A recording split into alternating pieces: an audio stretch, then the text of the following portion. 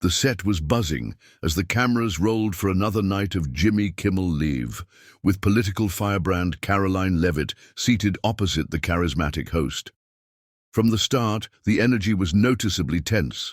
Kimmel, known for his humorous jabs and progressive leanings, opened with a few light quips, but it quickly became clear that Leavitt was not there to play along. She smiled through the first few jokes, but kept her answers short and pointed. The crowd chuckled, but there was an undercurrent of friction. This interview was going off script, and it was only the beginning.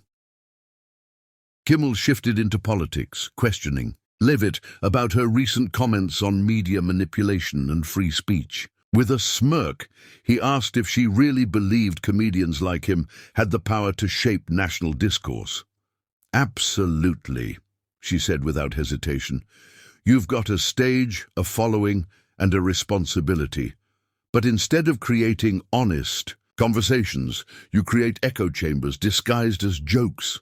The audience reacted with mixed laughter and surprise.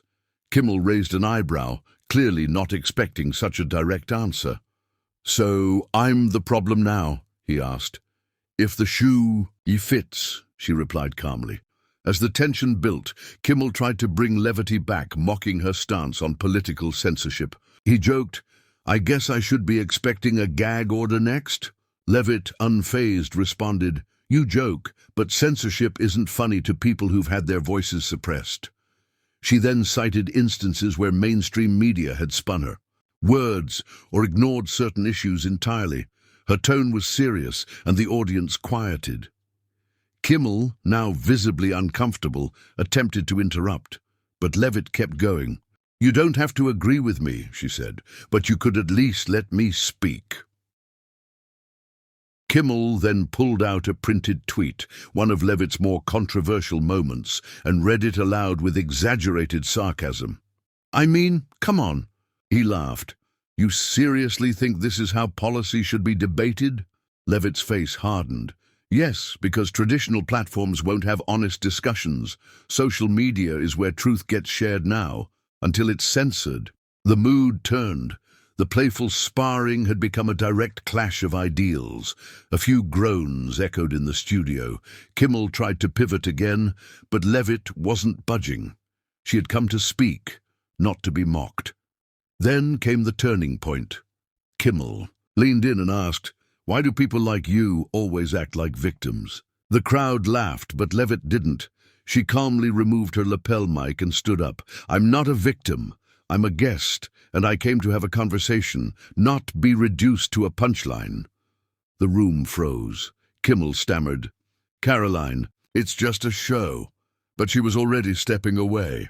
"Exactly," she said, "just a show, and I have no interest in playing this part." With that, she walked off the set, stunning the live audience and production crew. Producers cut to commercial as murmurs swept through the studio. Within minutes, the clip began spreading online. Social media exploded with reactions. Leavitt, walk off. Your Kimmel clash and down free speech debate started trending. Viewers were split. Some called her dramatic. Others said she exposed a toxic culture of political ambush disguised as entertainment. Memes, clips, and breakdowns flooded every platform. Major outlets rushed to cover the clash. For many, it wasn't just a celebrity spat. It was a flashpoint in the ongoing war between media narratives and conservative voices fighting to be heard. Leavitt posted her side of the story later that night. "I won't be part of any platform that invites guests just to belittle them," she wrote.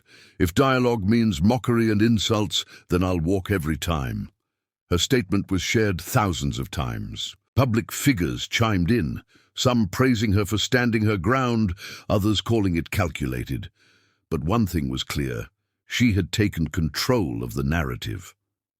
Meanwhile, Kimmel's camp released a brief note saying the segment did not go as intended, but stood by the show's right to satire. The next day, morning shows and pundits were divided. Some said Leavitt was too thin-skinned for a comedy program.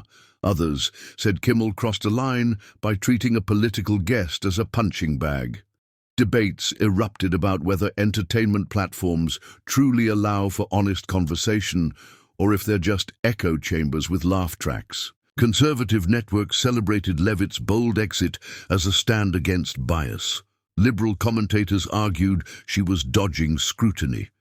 But everyone agreed on one thing: the moment was unforgettable, and it exposed deeper cracks in how media treats differing viewpoints. Levitt doubled down, appearing on a podcast where she explained, "People are tired of being laughed at just for thinking differently. I'm not against jokes, I'm against dishonesty masked as comedy." The interview went viral. Her followers grew overnight. Meanwhile, ratings for Kimmel's show saw a temporary spike as curious viewers tuned in to see what went wrong. But the applause wasn't as loud, the laughter not as carefree. Something had shifted. That night didn't just break the script, it tore through the illusion that political guests would keep playing along. In the end, Karoline Leavitt's walkout became more than a viral moment. It became a cultural turning point. It signaled that guests aren't willing to be ambushed for ratings anymore, and that civility, even in comedy, matters. Whether seen as bold or brash, her decision forced a national conversation about respect, politics, and media bias. She may have walked out mid-show, but in doing so, she walked into the spotlight with more influence than ever. The stage may have belonged to Jimmy Kimmel, but the moment belonged to her.